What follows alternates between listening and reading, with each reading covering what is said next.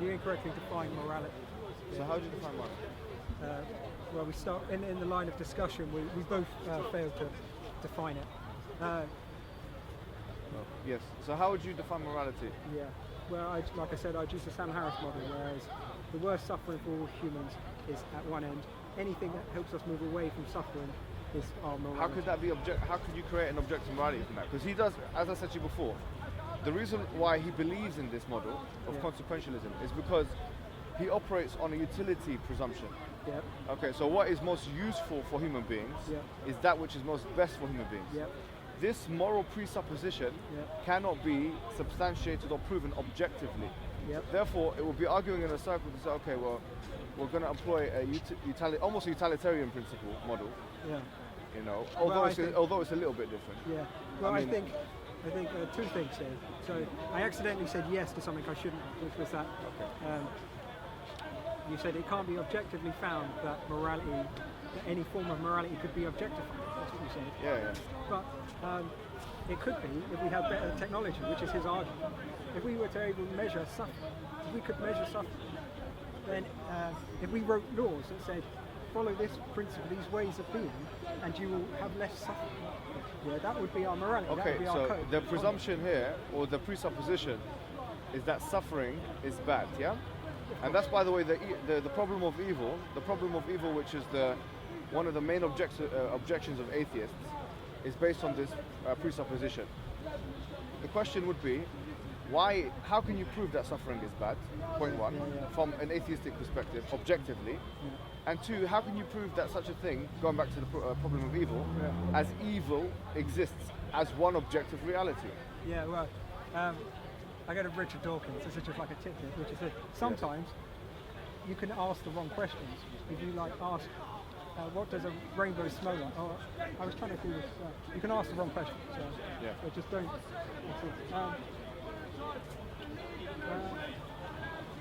You were saying about objectifying.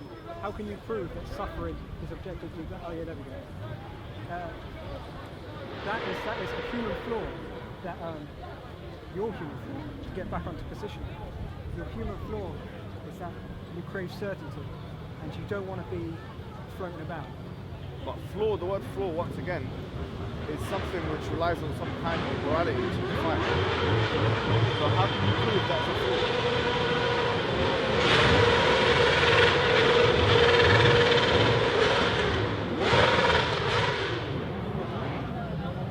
Sorry. Go ahead. It's not your fault. It's my human flaw. But you wouldn't ask that question if you were a different person. I don't understand. You wouldn't ask that question if you were a different person. You think that question has validity, but it doesn't mean anything. Okay, I mean, one can say that about almost anything or any statement that anyone makes. Yes, that's the thing. We have to raise above our ground and then float and then encapsulate our ways of being. Okay, I accept, but let's go back to your point. Richard Dawkins, you mentioned him. He's another person who doesn't believe in objective morality. Yet, yeah. This is what I find interesting about Richard Dawkins. Richard Dawkins, listen to me, right? I mean, if you watch, I go on YouTube sometimes, and I see some things like my recommended videos list, and so Richard Dawkins, right? I click it, and he's having an argument with a Muslim, yeah? And then to really catch the Muslim out and to attack the Muslim, finish off the Muslim, he says something like, oh, so what's the Islamic punishment of apostasy? And the Muslim is shaking up a little bit, he doesn't know how to answer him or whatever, yeah? Okay, hold on. I mean, Richard Dawkins, if you read his God Delusion, he admits to the fact that there is no objective morality.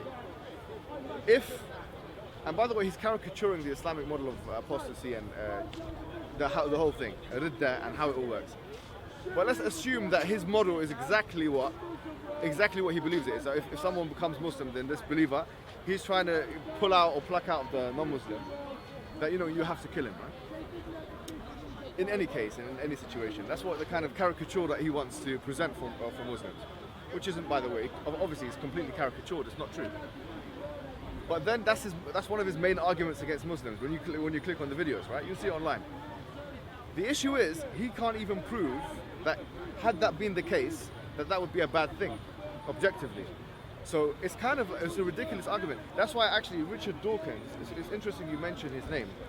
As a biologist, okay, his credit is where credit is due, yeah? He might be a really good biologist.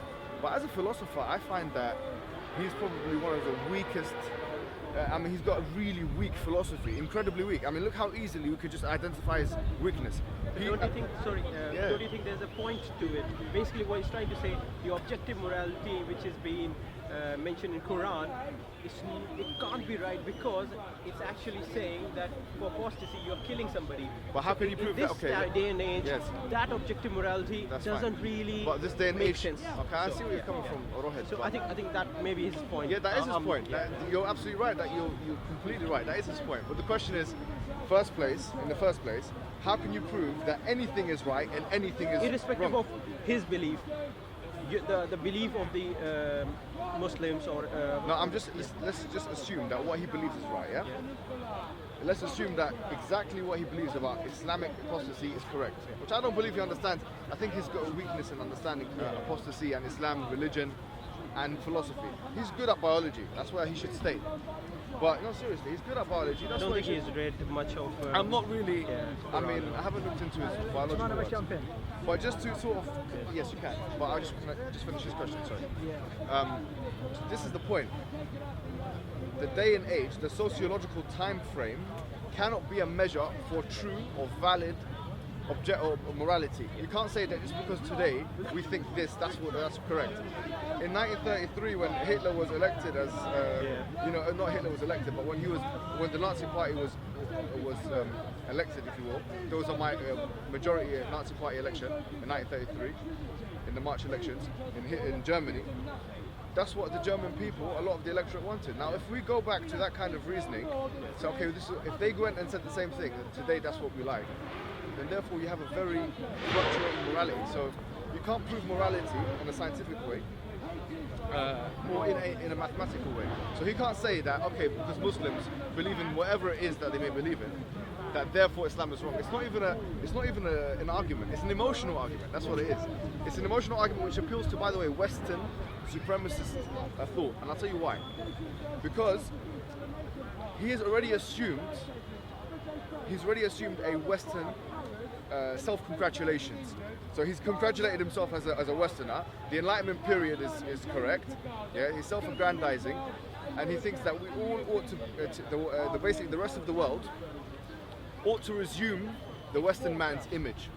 We all have been built or created in the Western man's image.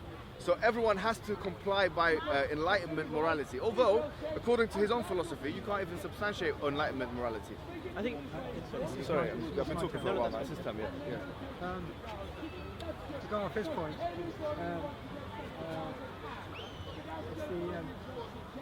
you said something about you can't objectify the Quran either.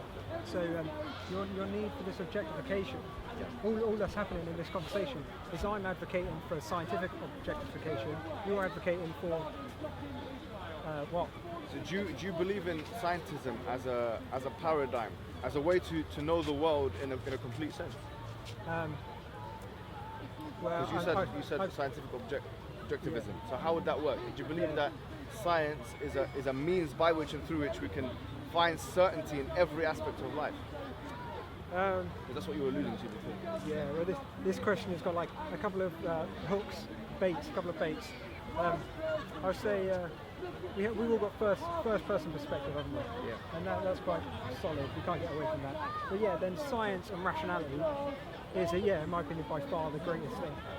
So do you think that we can find out the truth of morality, of the world around us using these methods, science? If we define what morality is, which Sam Harris did, which I agree, which is to move away from suffering, then yes, we can use science to not objectify, because what you're trying to do, which I believe is wrong, is you're trying to root our thoughts into like reality, so as if. But that's just wrong. So all we can do is make a bubble by which we all confirm it to be true. Is science a way we can find out the truth about the world? Yes. In a certain way? Yes. Okay, if that's what you believe in, then I'm going to tell you some things and I want you to explain them to me, alright?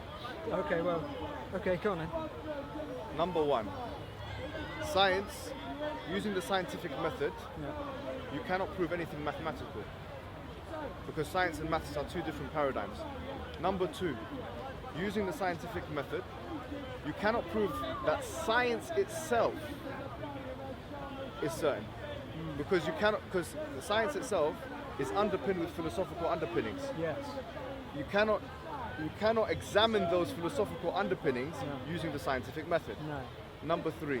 Well, Can I just one more? I think you're on 4, but go on. Number three. Right. Science cannot objectify or reason morality. You cannot use the scientific method to churn out what is a true morality or what is a false morality. Okay. That's 3. I can give you one more, which is really a trump card. Number 4. There is a presupposition of science that rationality and empiricism are true. Science cannot prove those presuppositions to be true. Yeah. Okay. So, So how can you solve those issues before we can continue? yeah. Because you can't say that it can give us certainty without proving it in the first No, instance. I like them 4.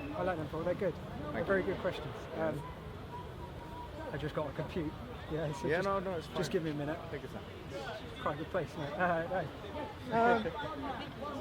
Your brain's not a computer. What do you mean you've got a computer? Number 2 was the most interesting, which is all rationality of philosophical underpinnings, which almost like invalidate it, yeah? But, Okay. see, you've asked like very big questions, yeah? And we got a crowd, I'm on the spot, I got to try and give you back these answers. Cameras That's on. speaker's corners for you, right? Yeah. That's nice. The camera's on.